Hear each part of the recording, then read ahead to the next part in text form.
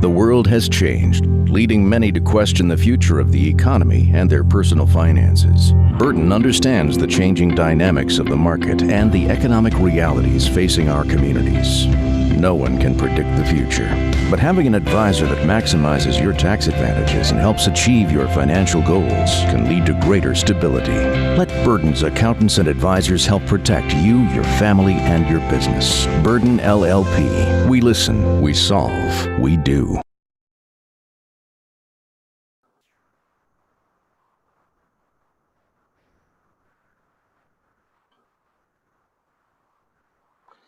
Hello, everyone, and thank you for joining us this morning. If it's 11 o'clock on the East Coast of the U.S. This is a Commercial Observer panel, State of the Construction Industry, the Social, Economic, and Environmental Drivers Impacting the Built Environment. I'd like to thank our sponsor, Burton LLP, at the start. My name is Tom Acatelli. I'm one of the editors at Commercial Observer. And I would like to welcome our guests from Turner Construction, Brooke Amerga and Pat DiFilippo. And I want to dive right in. We have an hour. At the end, we will be able to take audience questions as well. So I don't want to really waste a lot of time on myself. So, gentlemen, if you could both just start by briefly introducing yourself. Brooke, you go. I'll start. My name is Brooke Amerga. I'm Vice President in charge of procurement here for the New York office at Turner Construction. And I'm Pat DiFilippo, Executive Vice President for Turner Construction Company. I have corporate responsibilities that cover global as well as manage all the work in the Northeast, New England, and New York, and into Pennsylvania and New Jersey. Well, can we start in the Northeast with what are labor costs and constraints like now for projects? You want me to take that, Pat? From a New York standpoint, I can answer that. For labor, coming back from COVID, in the second quarter of 2020, maybe we had seen some reluctance to return to the workplace post-COVID. But since then, in 2021, a skilled labor standpoint, I think that has fizzled out. We don't see any impacts and or constraints from a labor standpoint. Yeah, and there's a couple of things just to put in perspective. The Northeast in general is let's just say it's a unionized labor workforce, although there is a tremendous amount of open shop work being done. So we do have mixed workforce. But in general, we negotiate union agreements. So those union agreements, they prevail, right? There are contracts. Where it has become costly for our clients, where it's become costly for our subcontractors, is dealing with the pandemic expense. We did a lot of expense in keeping our sites sanitized, right? And limiting the workforce in areas, 6-foot distance, and all the things that we did last summer, as you know, in order to maintain a healthy workforce. And so that costs money. And our clients, they bore the brunt of that. At the same time, we did our best to really minimize that expense. So that's that. The other thing is you got to remember when a worker was contracted the virus and you had what we call number one and number two, is close proximities and maybe a distant close proximity. Those individuals were restrained from coming to work. Well, that workforce had to be replaced. Those subcontractors were paying for the new worker plus those other workers to stay home.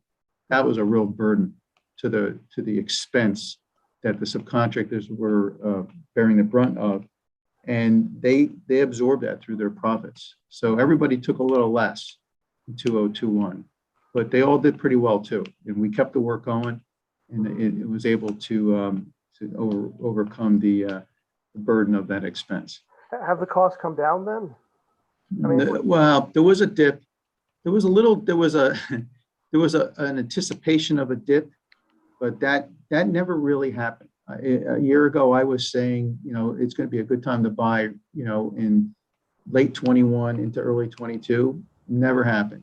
and it didn't happen because of the challenges of containers being jammed up in Africa, trucking not working, quite frankly, the bill that was passed to support those who didn't have the opportunity to work, which enabled some to stay home and not work. We couldn't get truckers to drive trucks.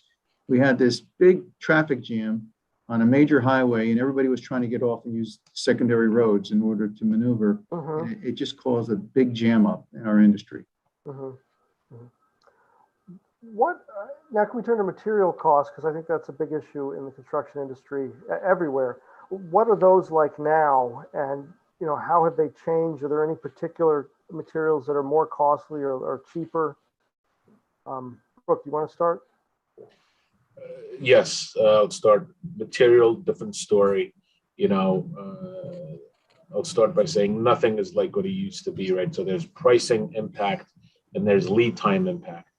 And if there's anything that we learned during the past 16 months is just constantly monitor the supply chain, because things are constantly changing. And, pricing and lead time are impacted, across many categories. And like Pat mentioned, due to increased demand, due to volatility in the commodity pricing for, say, aluminum, copper, and steel. So if you look at the steel within our industries, within the construction industry, driven primarily by prime scrap shortages in the auto industry and the demand in data centers and distribution centers, rebar has gone up 2.5%, metal deck tremendously since the last quarter. The same with certain types of plates and shapes, drywall and metal studs, lumber, insulation, huge lead time increases, right? So a lot of them, because of the demand in the residential market, most of our major subcontractors are on allotments, right? So they need to place their orders, and we need to monitor how early they place their orders. There's definitely material increases in pricing that we're seeing for steel studs up 10%, ceilings same 10%, gypsum wallboard 20%. Roofing is in the same category, right? We are forecasting increases of 7 to 10%, and we think there's going to be more due to raw material shortages. Right, and the same the manufacturers on raw material allocations, and we think lead times can exceed more than 6 months at times, specifically on some types of insulation, right? And HVAC and electrical equipment, several manufacturers have announced multiple price increases, and that's again due to raw material cost increases, right? And the lead times have also gone up tremendously. Okay. Does it have to do with any bottleneck, or Pat mentioned barges and then transportation? I mean, what are some of the other factors actually driving the price increases beyond the cost of the material itself? I'd like to offer this, Brooke. In 2008, when we had the subprime market drop. And then since then, we've had a great run as an industry. The whole economy's had a great run. It's an unprecedented. And manufacturing in general was able to perfect the concept of manufacture something, put it on a truck, send it to the user.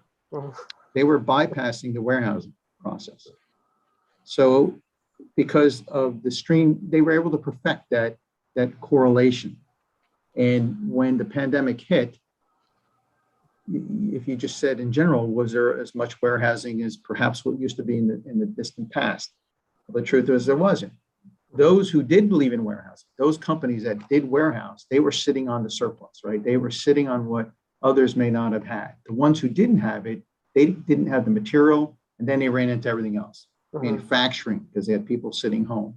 They had trucking because they couldn't get anybody to, right? So you could just imagine, let your mind wander a little bit. And so warehousing is the ones who had the material were also in key position to increase their prices for a period of time because they had it and those didn't. And if you needed it, you'd pay anything you could to get it. Mm-hmm. And so we're pretty much past that at this point in time.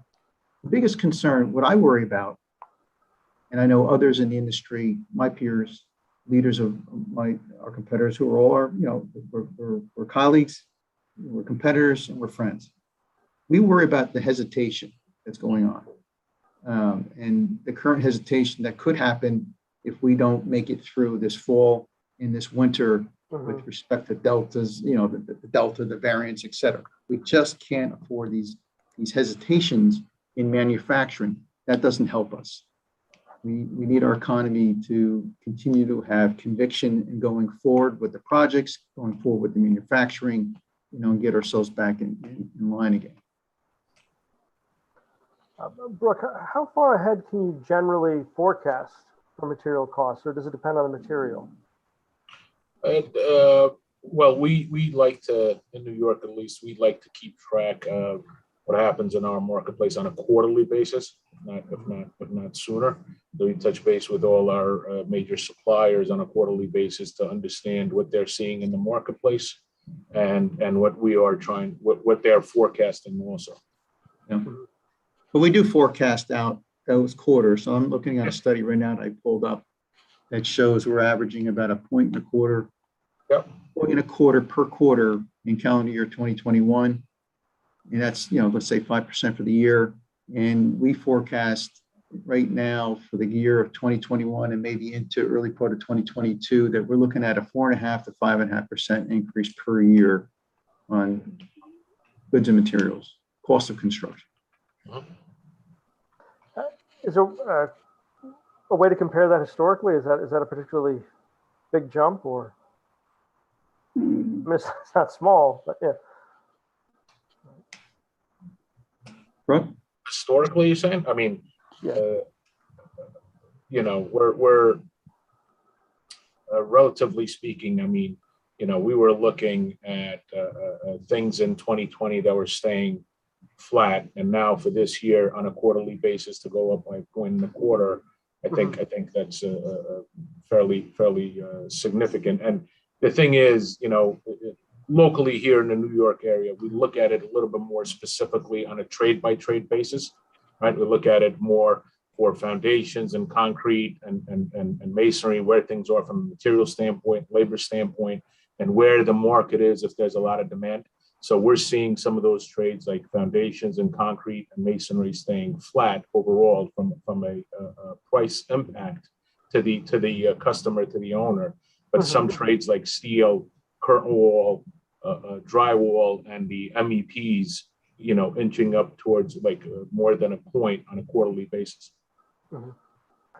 And as far as the supply chain, we've touched on this already, but is it any better or worse than before COVID? And where do you see it going for the rest of the year and into 2022?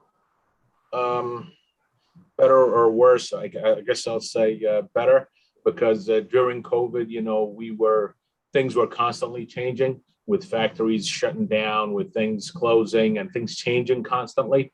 Now we are not dealing with that as much. I mean, there is still the impacts that we talked about from a market demand standpoint from different sectors, the volatility in commodity pricing we talked about, some weather, severe weather impacts we talked about. So those are the things that we're monitoring now, and less about factory closures and workforce reductions that, a year ago was just constant change. But I think what Tom, what Brooke is also saying is we're talking about being in the pandemic, right? So last year, when none of us understood how to live in the environment of a pandemic, right? We were in lockdown. That had one sense of how to operate. And we're still in the pandemic. We're just in a different stage of the pandemic. We're still in what's deemed volatile. We're still in a overall time in our industry where it's much more volatile than it has been in the past. Yes.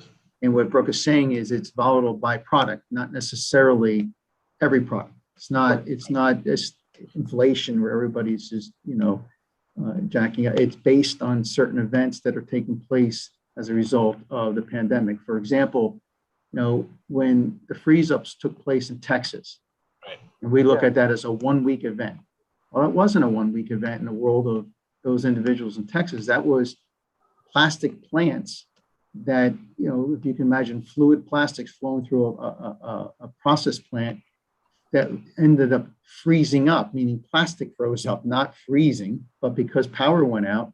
That was a 3-month event, sometimes even longer, because then those organizations had to not only just clear out those lines, they decided to now rebuild those lines. Well, their procurement, maybe some very high-tech equipment, which wasn't necessarily made here in the States, they couldn't get the equipment. So all of a sudden you see that jam up. Now, I was talking to a competitor of ours who couldn't get bolts for a steel project because the plastic handle that swivel on the bucket wasn't available. Oh, okay. It's things like that start to manifest itself. So when we use the word volatile, and so what Turner has done, we have 375 procurement professionals in the marketplace. We buy a lot of goods and materials in our 14 to $15 billion a year, this year pushing on 16. And to be effective in the market, we have these 375 procurement professionals on the ground each and every day going upstream in the process of manufacturing to make sure we're ahead of a surprise, to really understand what's happening in your shop so that we can have confirmation and certainty of what's happening, good or bad. And as a result, that allows us to be quite effective in being able to guide our clients on construction starts, any perceived possible delays, and or even for ourselves to be very competitive when we're bidding lump sum projects where perhaps others may not be as comfortable because we understand the market very well. Right. Can you measure that effectiveness? Are there certain things you look at, certain measures or certain numbers? I don't know how to answer that question. Okay. I know what you mean by how to, well, effectiveness is being right. No, I know, but like you said, it makes us quite effective. And I'm just like, is there, what do you, how do you guys measure yourselves as far as being effective in this realm? We can come back to it. Yeah. I also want to ask, we discussed the challenges and everything, and there were even more challenges. I'll give you an answer to that. Okay. I'll give you an answer to that. When we put together a business plan for a project, a bid, a guaranteed maximum price, let's say for a client, or a lump sum bid, any one of those approaches, whether it's a fixed price or a number that's sort of a range price, either one has a contingency.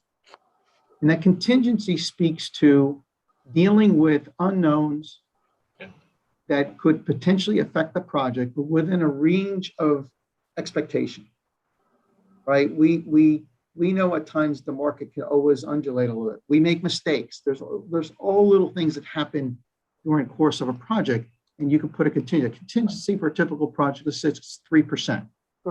That contingency needs to be able to enable us to get from the beginning of that project to the end of that project, so we realize all the benefits for that project: time, schedule, profitability.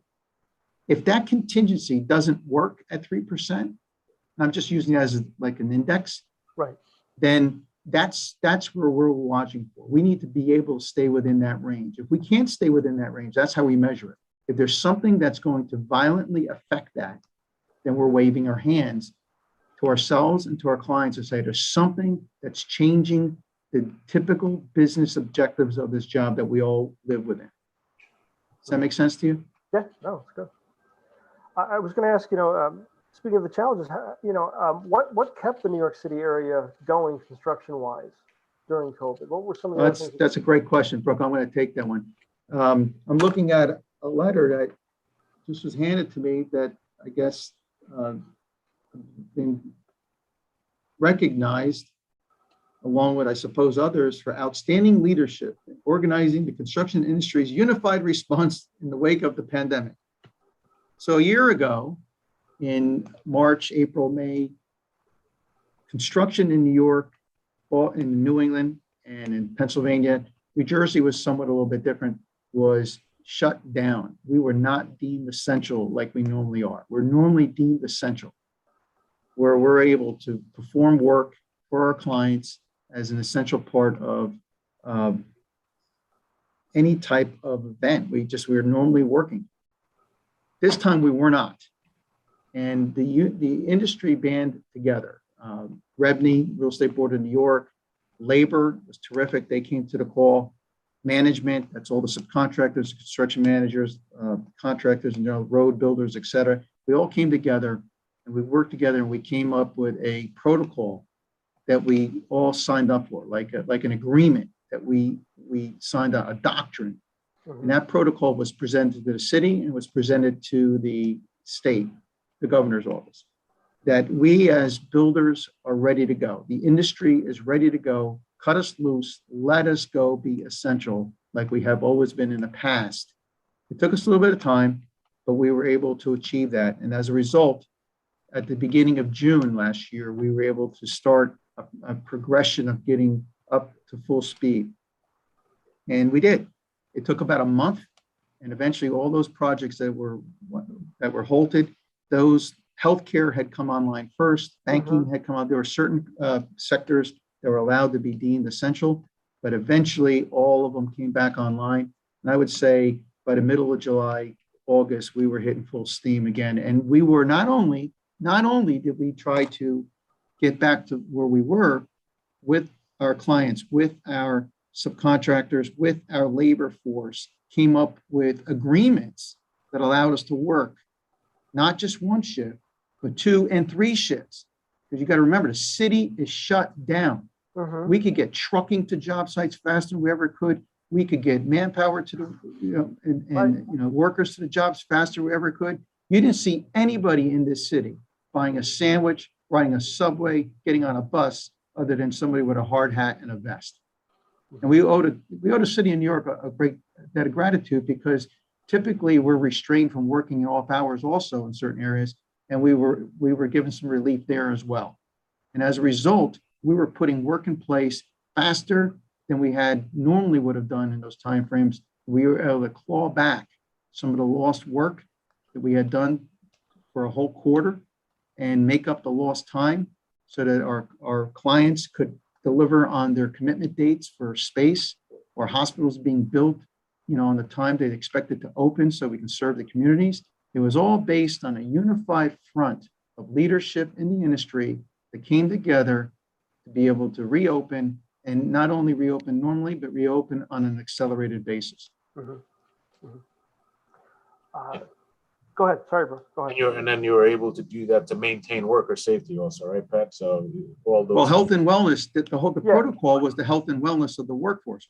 And that was, frequent wipe downs, the sanitizing, wearing masks, 6-foot distancing. What do you do in occupied space? What do you do in closed space? What do you do in open space? Yep. We took the CDC guidelines and extended them well beyond what was even required by the CDC, and committed to how many people get on a hoist when you go up the side of a building. You normally have 20, 25 people. We're limiting it to 6 or 7. Mm-hmm. Think about that. And it takes a lot longer to get a workforce up into the building. So we were starting earlier, working later, not having to pay the premium time that we normally are associated with, because labor was working with us. So these were all things that were done combined. It's a time in my life which I was probably more challenged than I ever have been as a leader, and probably the most satisfying time of my life to be a leader amongst other great leaders. Mm-hmm. In general, what's changed safety-wise at Turner? Excuse me? What's changed safety-wise at Turner? Can you talk about, the company's sort of evolution in that regard? Yeah. It wasn't just during the pandemic or response to the pandemic. Yeah, one of my responsibilities, like I said, for the entire company, not just this Northeast that I've managed, is safety. Safety rolls up under my responsibilities. And so I want to, people use safety and the pandemic in the same vein.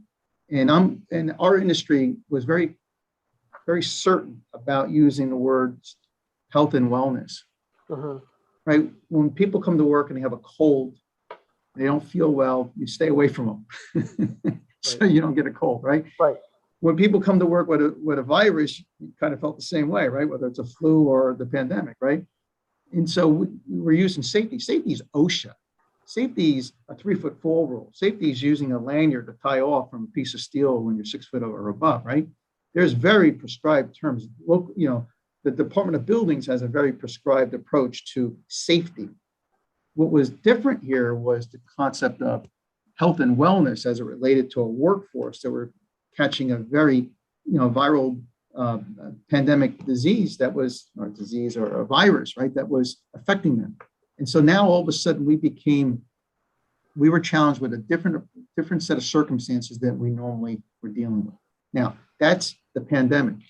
Safety in general, if you just talk about safety in general, our industry as a whole has improved in safety. There's no doubt about it.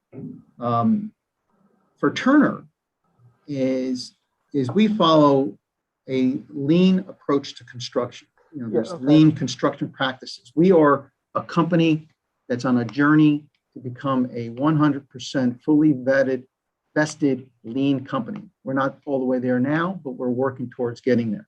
But as a result of being a lean company, there's certain approaches to work. Being good problem solvers is one of the results of being a lean company. And safety is a problem.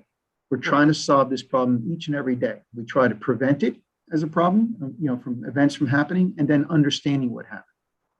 And we have been applying lean practices to our work over the last 2 years in all of our parts of the country, and particularly here in New York, and we're starting to really see results. In addition to that, we believe that being punitive to the construction workforce doesn't work. Teaching, educating, supporting, being part of the process, which is also a lean approach. We call it active caring about the worker, such that the worker is part of our team in order to achieve the objectives of the project, starting with safety. And when we do that through a lean approach, we again get this lift that is improving our safety. And we're having better results today than we ever have in New York as a result of being a lean company, an active caring company, and practicing and involving and I would say the last part is really engaging the workforce, the worker themselves, the subcontractor, and labor leaders who are working with us to improve safety. Another area where Turner has made progress, and a lot in the industry has as well, construction industry, is diversity, equity, and inclusion. What is new there, and how have things evolved at Turner? And can you discuss some of the benefits? Why don't you take that? Sure, I'll take that.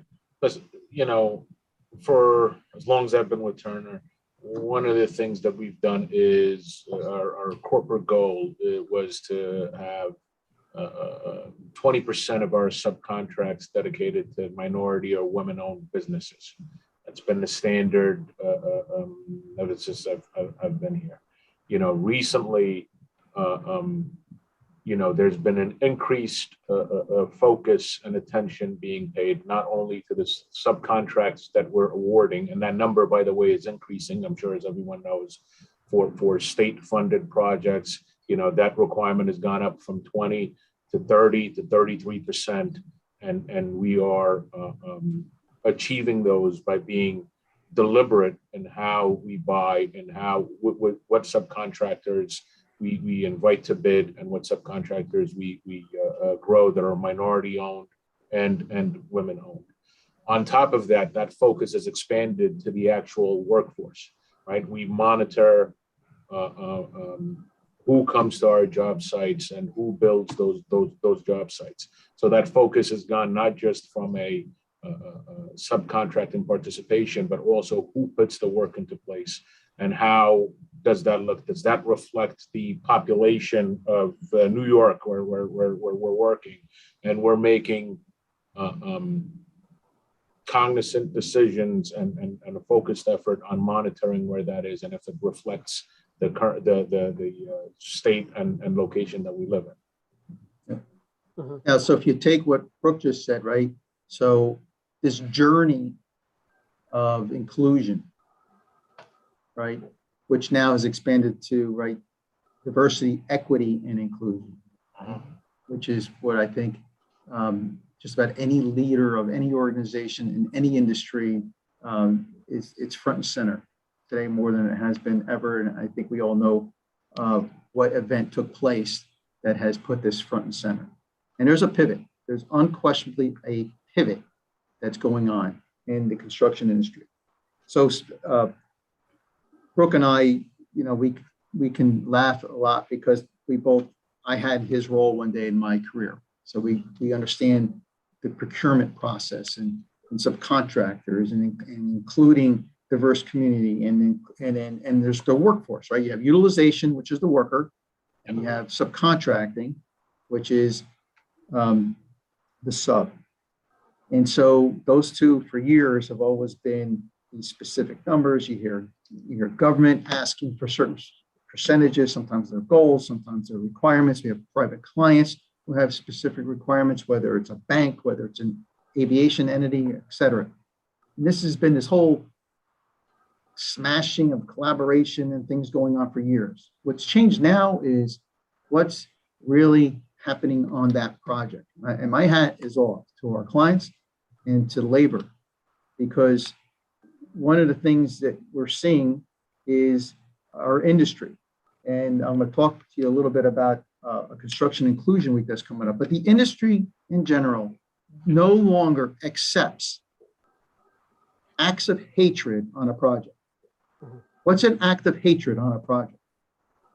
You write graffiti on that project, on the fence, in the stairwell, in the toilet areas.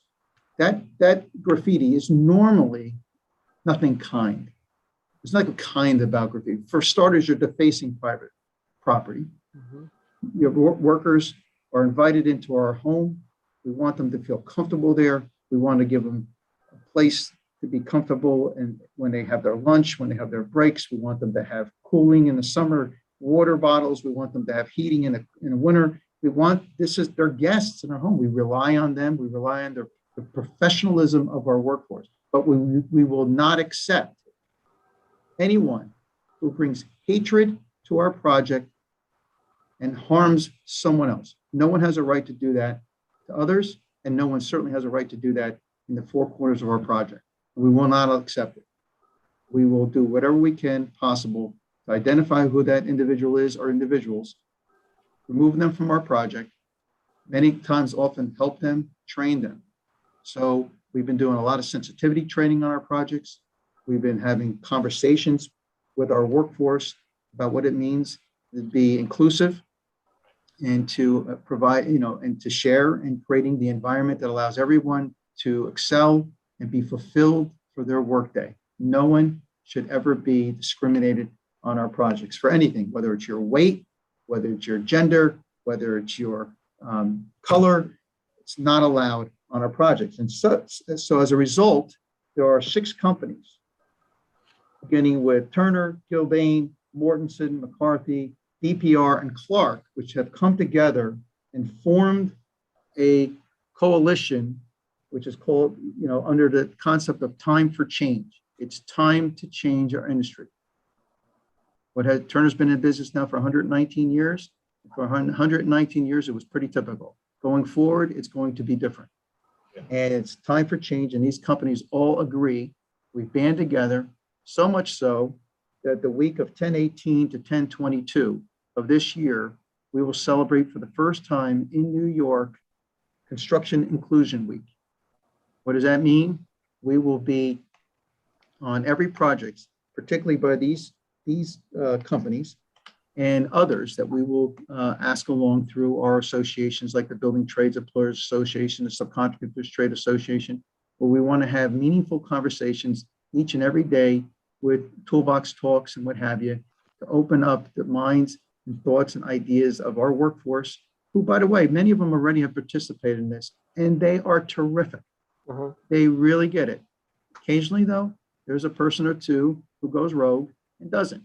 But right now, we have a tremendous, highly sophisticated workforce who is participating in the dialogue, and they're making a difference on these jobs every day so people can feel that they have a place. So the date again is it's October 18th to the 22nd? That's correct. But it goes back to what you said, Pat, right? That's about showing respect to the worker, right? And actively caring for the worker. It's all under that same. Yeah, what we're trying to do here is, if you come to work at Turner in our office and you want a cup of coffee, you just go down a little ways and there's a little, kitchenette and you get a cup of coffee. Today, we're saying, well, the most important individual on a project, the only person who changes the job each and every day is the worker. And the Turner staff really exists to make the worker successful, to clear the path so that the worker will work with their hands and execute the work. But we're not going to allow the worker to write with their hands. Can't write on our job. You can work with your hands, but you can't write with your hands. And if you give them respect and you give them community centers on our projects, we're doing all different things, from environments with lockers, with TVs, with better lit areas with linoleum on the floor, with painted walls. They're not sitting in shanties any longer. We're trying to improve the quality of caring for these workers so that they're part of the team and not just workers. And the workers respect it. They like it. Yeah. Is it the case that Turner has shut down jobs because of this? Is that, yeah?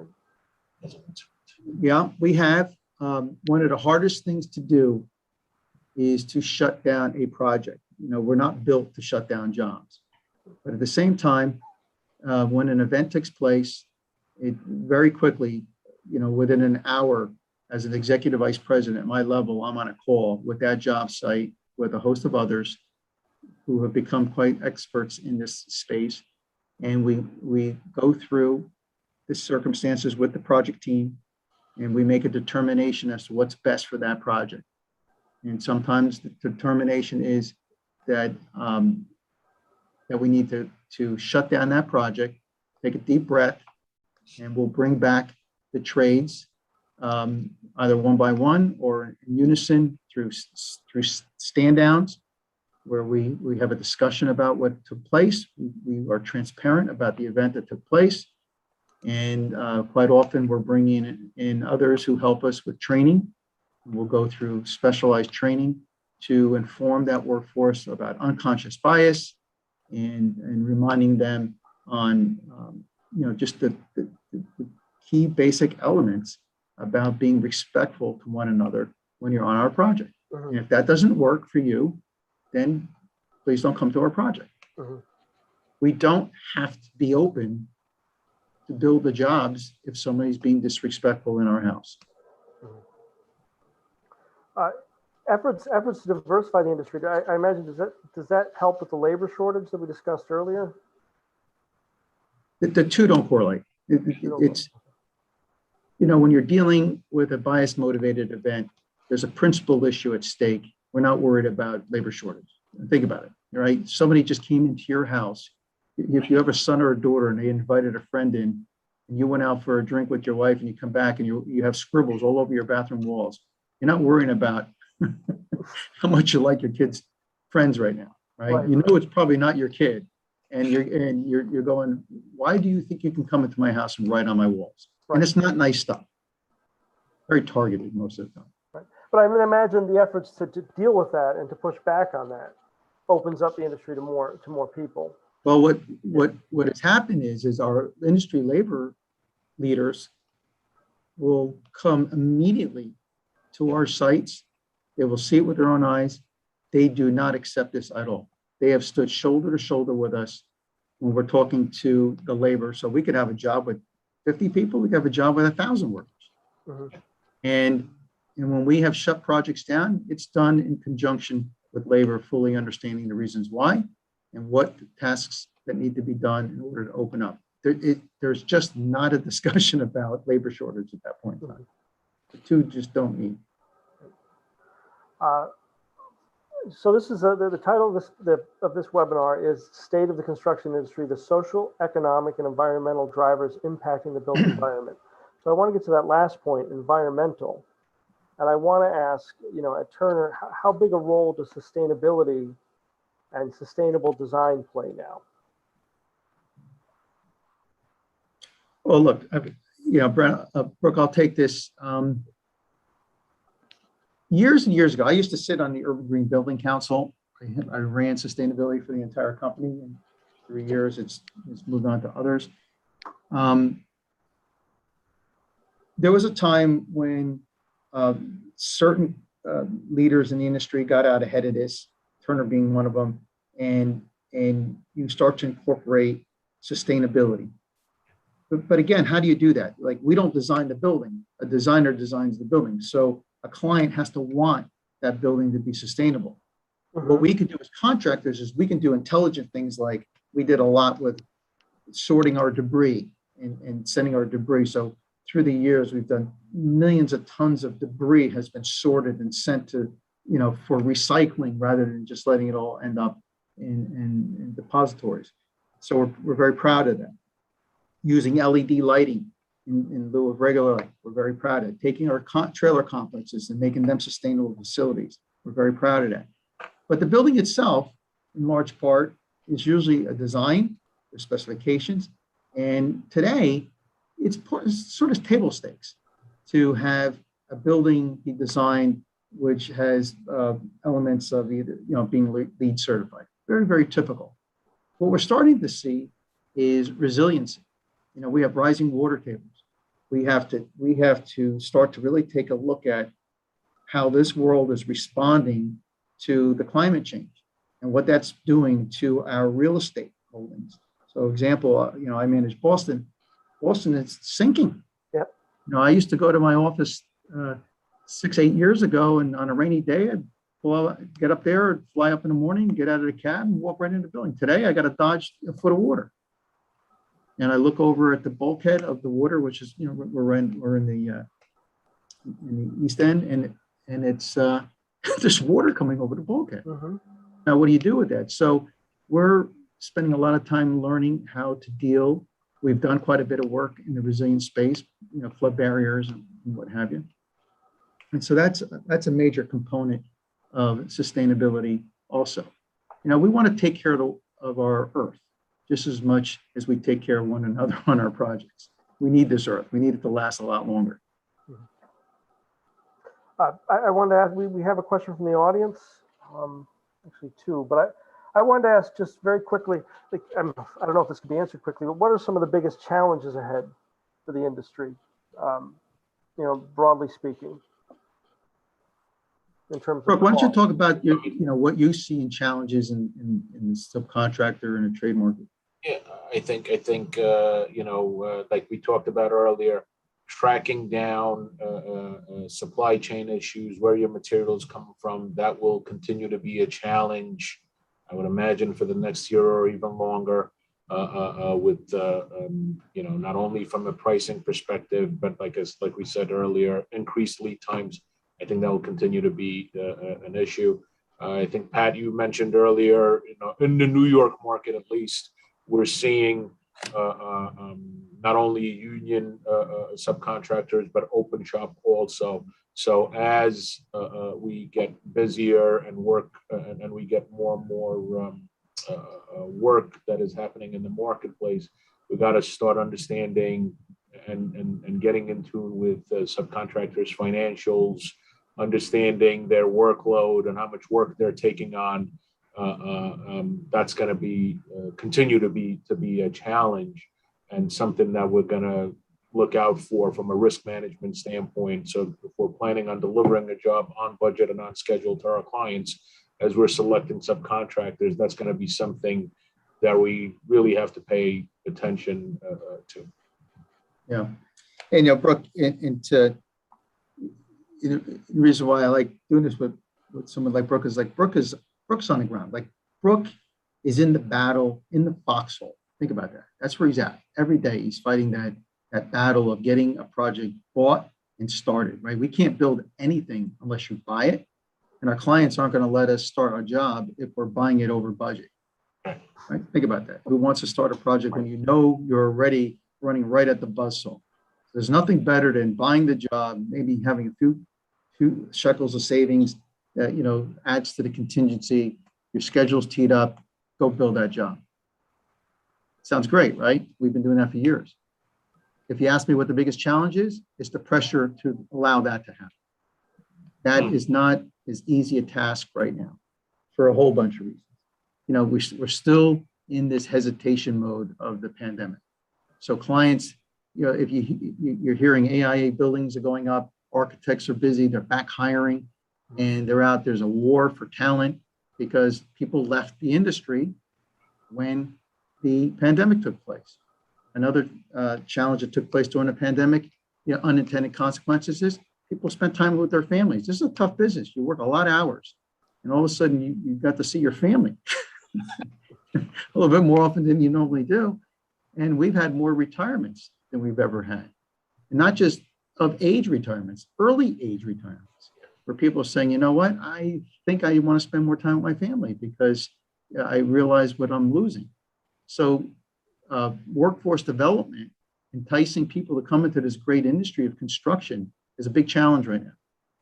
And so we're spending a lot of time out there making sure that happens. In addition, this industry, for diversity, equity, and inclusion, like other industries, there's more pressure. Our eyes are wide open to do better. Mm-hmm. And again, now there's a huge competition to entice diverse candidates to come into our industry and to become part of our industry and to become leaders in our industry. So that's not even as easy. And so workforce challenges, hesitation in the market, and the market's changing. Technology starts to play a component. We don't see the future construction being delivered the same way it has in the past. At some point in time, it's got to change. And you're starting to see there's a lot more focus on innovation in our industry. 2 weeks ago, I was interviewed. I was hanging out with a dog named Spot. Spot's our dog.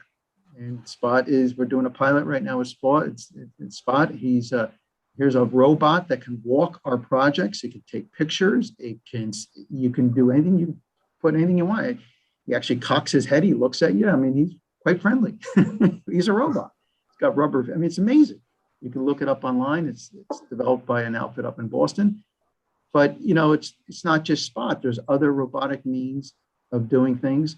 We do a lot with modularization. We don't have to build everything on the project. Things can be built in other parts of the world simultaneously while we're digging a foundation. And so modularization is a big deal. And these are things that used to have opposition from union and what have you, because you're taking work. Not so much anymore. There's, I think, a greater respect for understanding. If you brought a washing machine into a job site, you're not going to say it had to be built union, every part and piece by some trade on a job. Mm-hmm. Well, we can do big parts and pieces. We can do ceiling grids for operating rooms, all prefabricated off-site. We're doing entire machine rooms in big major components that come in that are being modularized through the use of BIM and the technologies that are out there. We can do things that are different. So these challenges for speed and being able to maintain costs, and that's another thing. If we cannot keep our costs down, that's a big challenge. Well, owners aren't going to build. They don't have an infinite amount of money. They're working within a cost model as well. And so it's not, you just can't pass costs on to clients. So as an industry leader, we work really hard to keep costs down so that the market stays active. That allows us to keep our people busy, it keeps our trades going, and provides for a healthy quality of life. I could go on. There's a lot of challenges out there. I know. I knew it was a broad question. We have 3 questions from the audience and about 12 minutes left. So I want to start with the first one. My clients are asking questions such as, how long do you hold pricing on bids, proposals, bids and proposals with the escalation happening so frequently? How does Turner handle the situation? So I'll, I'll take that, Pat. Yes. What we're seeing lately, specifically some of the trades I talked about with steel specifically, or sometimes even curtain wall, we will see qualifications that will say, my pricing is good for 60 days. It used to be 60 days. Now you get things that say it's only good for 30 days. So as Pat mentioned earlier, when we're looking at certain types of job, whether they're lump sum or GMP, that is one of the things that we pay close attention to. And it's like any other qualification, it's something that we need to discuss with our subcontractors and understand where the pinch points and constraints are, right? So if we're buying a job that has steel, and you have that requirement, and you're saying, listen, my price is good for 15 days for this and this reason, then we'll take that into account, and that means we got to get our buy completed. Is it place a mill order? What is the constraint? Why is that on there? We need to understand that in advance before we go in and submit our pricing. So that's something we are beginning to see. I like to think that is something that is, I don't want to say fizzle out, but it's calmed down somewhat. I think we were seeing that quite a bit second quarter, third quarter of last year, but less and less now. And Brooke, to add to that, the person who asked that question, it's a good question, right? I look at it just a little bit different. Like, again, books in the trenches, right? For me, when we're doing an open book deal with a client, I'm protecting that client with everything we know. Everything we have in our power is to protect that client. And I don't even look at it, protect that project from not being able to live within the cost model I described earlier at that 3% contingency, let's say. And we do that open. So we don't need the whole job to be held for 60 days or night. It might be just one trade that we're saying, look, we're good except for this trade. That one is a little volatile, and we can do, here's how we're going to protect this project. On the other hand, when we're doing a lump sum job, I'm protecting myself because it's a public bid typically, and the rules of engagement have been established. You will hold your bid for X amount of days. I don't know who's protecting who. I know I'm protecting myself at that point in time, because if that number moves in the market, we're the ones holding that at that point in time. There's no going back to that client.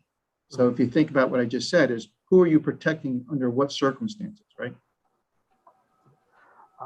Next viewer question, quote, how is Turner working to help prepare subcontractors for a greater push toward increased sustainable design requirements?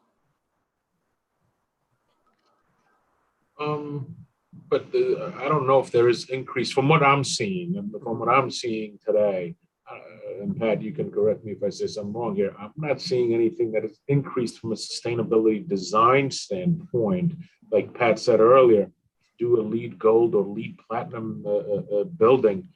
It's I won't say commonplace or standard, but it's something that most of the subcontractors we've worked with have done. One of the things that we do during the review process as we're buying some trades and scopes, we make sure we highlight that, and we make sure we go through that process and get an understanding of what's required. Is it just submittals? Is it material that needs to have recycled content that needs to be priced? What is that specific requirement? And we will highlight that to make sure that any of our subcontractors have that included in their price. And then when you go out into the field to build the project, we make sure that we track that on our submittal logs, and that none of that falls through the cracks. But again, like I said, I think that is a very typical process. Okay. The only thing I would add to that, Brooke, is we have many clients who are beginning to spend time focusing on the reduction of carbon and pushing further up the food chain where carbon, like concrete, for example, the manufacturing concrete uses so much carbon in order to, so if you can eliminate concrete, let's say, you're eliminating carbon from that project, manufacturing steel. So there's different things that you can start to look at. And our clients are starting to ask those questions. And as a result, the industry moves together, right? Our subs are intelligent. They understand this. They embrace this. Unfortunately, in this heat of battle, sometimes it falls to the wayside. It's not that we can't have meaningful conversation. It's keeping it front and center. We call it integrated operations. We've always had to build a building, but we're integrating these other things into the process and keeping those other things front and center, like lean, like sustainability, like active caring, like safety, like quality, all those things. Sometimes will go by the wayside when you're trying to build that building if you're not careful. Right? We got to make a date, brute force. We keep those things as best as possible, front and center to an integrated operations approach. And those individuals, that's how we're working with the subcontractor community. So we're doing it intrinsically each and every day. Last question, and we might have covered aspects of this, but from a viewer, quote, given the supply chain issues, what is the construction period impact? In other words, are you building in an additional X number of months into projected construction schedules? Brooke, I'm going to take this. This goes back to a little bit what I said before. We're not just, you don't just capriciously say we're going to add time, all right? It doesn't work that way. As much as sometimes it may be presented that's just not the way it works. You look at every trade, you do a risk register. We know what jobs take. We have skilled professionals. We put several teams together to study a schedule. They come up with a schedule. We say that's what it should take to build this job. We've done this. We have data. We have tools that actually can tell us immediately how long. We can put a number in, a type of project, and it'll tell us how long because we have a database that can tell us that. So we have a database that can tell us. We have skilled professionals that can tell us. Now go to the market and see if it's going to fit the standard that you know it should be. And you go to buy foundations, you say, okay, foundations is within the schedule model. Also, you go to buy steel and you find out you can't get steel in the time frame you thought. That just pushed out the schedule.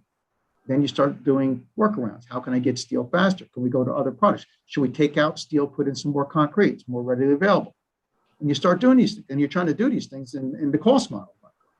And we do this for each and every trade. Curtain wall, right? When the market's really busy, it's hard to get a curtain wall contract, right? And that extends schedules sometimes. Or so at that point in time, we start locking up curtain wall contractors before we even have a number or a design. We just say, you're our guy, we're going to work together. So we do all these different things to provide certainty in the schedule. And no two projects are alike. So it's never like just an add of time. It's we do this risk register trade by trade. And at the end, we come up with whether we're in what we typically see or perhaps not. That's a good point to end. This has been the Commercial Observer's State of the Construction Industry, the social, economic, and environmental drivers impacting the built environment, with some great analysis by Turner Construction's Brooke Amerga and Pat DiFilippo. I want to thank our sponsor too, Burden LLP. I'm Tom Acatelli, and I hope you can tune in to one of our power briefings down the road. Thank you, Tom. Thanks for the time. Dad, Mom had such a great vision for the company. I don't know that I can keep it going. Amy, your mother worked with Burden to develop a plan. Don't worry. Life and business can be hard, but finding the right advisor to help you, your family, and your business get where you want them to go doesn't have to be. Stephen, get Burden on the line. Burden LLP. We listen. We solve. We do.